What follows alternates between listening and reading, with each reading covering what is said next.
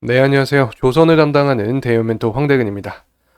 자, 오늘도 대한해운 함께 보겠습니다. 전일 국제유가가 하락한 모습을 보여주었는데 이 해운주에는 주가 상승 모멘텀으로도 작용할 수 있겠죠. 자, 오늘 이 부분부터 이 주가의 동향까지 함께 보겠습니다. 자, 먼저 영상 시작에 앞서서 한 가지 말씀드리겠습니다. 현재 주식시장 정보의 과잉이라고 생각합니다. 이제는 진실된 정보를 찾기가 굉장히 어려워진 그런 현실에서 제가 여러분의 길잡이가 되어드리겠습니다. 주식을 어려워하시는 분부터 깊게 파고 싶으신 분들까지 제 영상 하나로 여러분의 고민 해결해드리겠습니다. 해당 기업에 관심 있으시거나 관련된 내용을 잘 모른다, 혹은 조금 더 알고 싶다, 이 주가에 관련된 이야기를 듣고 싶다 하시는 분들은 오늘 영상 집중해서 봐주시길 부탁드리고, 정말 양질의 정보를 제공하고 있으니까 구독과 좋아요 부탁드리면서 분석 심층적으로 진행해 보겠습니다. 자, 이제 대한해운 보겠습니다. 자, 전일 이 국제유가가 하락한 모습을 보여주었고, 이 시장이 끝나고 반등이 조금 나오고 있는 상황인데, 이 부분에 대해서 뒤에서 좀 더 자세하게 풀겠지만, 자, 국제유가가 하락했던 이유는 이 앙골라가 오펙을 탈퇴하면서 이 원유 가격을 과연 오펙 회원들이 통제를 할 수 있는 것인가 라는 우려로 이 국제유가의 하락이 나오게 된 거고, 자, 이 부분이 해운주 주가 상승 모멘텀으로 작용을 할 수 있는 거죠. 자, 해운주에는 유가의 상승은 좋지 않습니다. 자, 우리가 어떤 사업을 하든지 간에 이 비용이 감소해야 이 수익성이 증가하는 측면인데, 자, 유가는 이 해운업의 운송료이기 때문에 자, 비용으로 잡히고, 자, 유가가 상승한다면 이 비용이 상승하기 때문에 해운업 수익성에는 크게 도움이 되지 않겠죠. 자, 그렇기 때문에 해운주에는 유가의 상승은 좋지 않다, 이렇게 말씀드릴 수 있겠고, 이 반면에 이 조선주에는 유가의 상승이 이 해양 플랜트와도 연관이 되면서 이 주가 상승을 견인할 수 있다라는 점 말씀드리고, 이 사실 해운주들의 최근 가장 중요한 이슈는 이 수혜주 운하 관련한 이야기죠. 현재 이케아가 이 수혜주 운하의 상황이 물류 지연을 초래하고 이 특정 제품의 가용성에 이 제약을 야기할 수 있다라는 이야기를 했는데, 결국에 이 부분은 이 장기화에 대한 우려를 하고 있다라고 볼 수 있습니다. 자, 그래서 이번 사건이 일어난 계기를 한번 설명을 드리면, 예멘 반군의 이 상선 공격으로 인해서 이 시작이 되었다, 이렇게 말씀드릴 수 있겠는데, 결국에 이 수혜주 운하를 통과하는 이 선박 수송이 중단이 된다면 이 해운업계 비용 상승이 예상이 될 수 있고, 자, 이 경우에는 해운주 호재로 작용할 수 있다. 자, 그리고 우회로 경로를 선택하게 되면 당연히 거리가 멀어지겠죠. 이 거리가 멀어지니까 이 비용적인 측면이 늘어날 텐데, 실제로 추가적인 비용 부담은 항해당 100만 달러의 비용이 추가되는 상태입니다.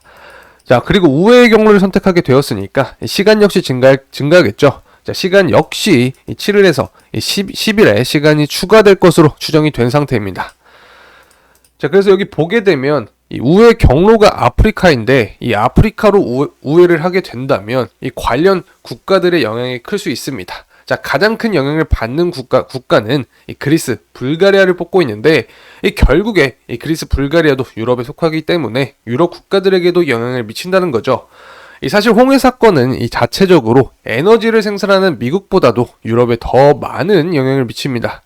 자, 현재의 경우에는 시기적으로 이미 크리스마스를 겨냥한 이 선적은 끝났기 때문에 이 다른 시기에 비해서 타격은 크지 않겠지만, 자, 이 홍해 혼란이 계속되거나 악화가 된다면 이 비용 상승 압력은 가속화될 수밖에 없는 상황입니다.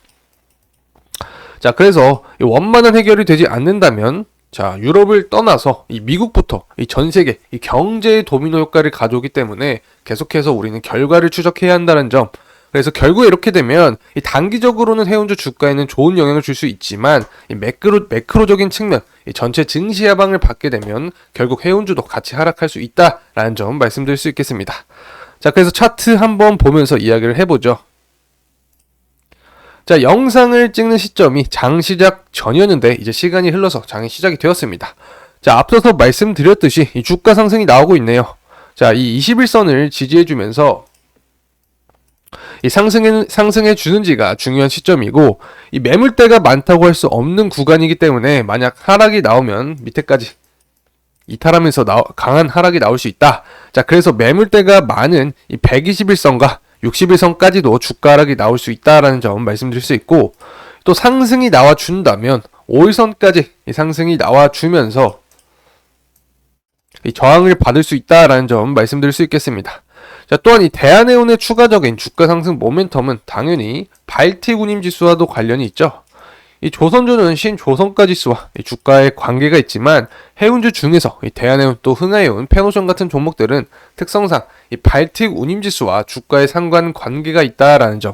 자, 그래서 향후 주가 상승을 볼 때는 이 발틱 운임 지수 그리고 유가의 동향을 살펴봐야 한다 이렇게 말씀드릴 수 있겠고, 이제 어제 미증시 살펴보면서 이번 주 국내 증시에는 또 어떤 영향을 줄지, 특히 유가 관련해서 이 해운주 또 조선주에는 중요한 영향을 주기 때문에 이 부분 자세하게 한번 살펴보겠습니다. 자, 전일 미증시 살펴보면 이 다우존스 또 S&P 500, 나스닥 모두 이 상승한 모습을 보여주었는데, 자, 이 부분은 역시 이 금리 인하에 대한 기대감과 관련이 있었습니다. 이 시장에서 주가는 유동성에 의해서 결정이 되고, 이 유동성은 이 금리의 영향을 받게 되죠. 이 3분기 GDP, 이 GDP 성장률이 하향 조정이 되면서 인플레가 잡히고 있구나. 자, 그리고 금리 인하 시기가 다가오고 있구나. 이런 해석으로 주가가 상승하고 있습니다.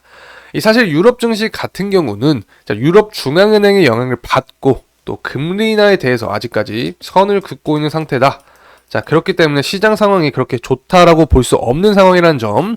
자, 중국 증시 같은 경우는 상승 마감을 했지만 이 내년 초 이 통화 정책이 완화되면 이 더 큰 상승폭을 받을 수 있다라는 기대감을 갖고 있는 상황이라는 점 말씀드릴 수 있겠습니다.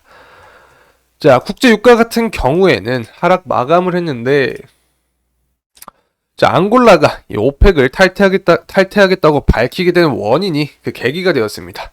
사실 유가 같은 경우에는 수요와 공급에 의해서 가격이 결정되는 대표적인 예죠.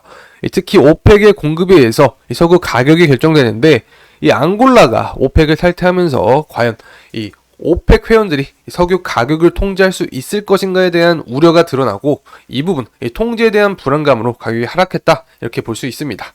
자, 하지만 이 앙골라의 원유 생산량은 하루에 110만 배럴 정도이기 때문에 이 원유 시장에서의 영향은 그렇게 크지 않지만, 자, 오펙 내에서 분열을 야기할 수 있다. 자, 왜냐하면 이 앙골라는 이 원유 감산에 불만이 많은 국가였고, 오펙 회원들의 산유량 관련해서 이 합의된 의견을 내지 못한다면 이 시장의 불확실성도 커지는 상황이다라는 점 말씀드릴 수 있겠습니다. 자, 그리고 이 미국 에너지 정보청이 발표한 이 주간 석유 재고 통계에서 미국 원유 생산량이 최대치를 기록하면서 미국 원유 수급이 해소될 것이라는 전망도 국제 유가의 하방 압력으로 작용한 요인이었습니다. 자, 하지만 이 홍해 주변 이 정세 악화가 이 원유 수송의 차질과 이 공급 부족을 초래할 것이라는 우려는 여전히 존재하기 때문에 이 국제 유가의 하락폭을 제한한 상태다라는 점까지 말씀드릴 수 있겠습니다. 자, 조선주 또 해운주를 투자하시는 분들은 이 국제 유가가 굉장히 중요하기 때문에 이 유가의 동향 계속해서 살피셔야 한다는 점, 그리고 유가의 상승 또 하락 모멘텀은 이 조선주와 해운주에는 각기 다른 모멘텀으로 작용할 수 있다라는 점까지 말씀드리면서 마무리하겠습니다. 자, 오늘 영상이 도움이 되셨다면 구독과 좋아요 부탁드리겠습니다. 끝까지 시청해주셔서 감사드리고 다시 한번 좋은 하루 보내시길 바라면서 마무리하겠습니다. 감사합니다.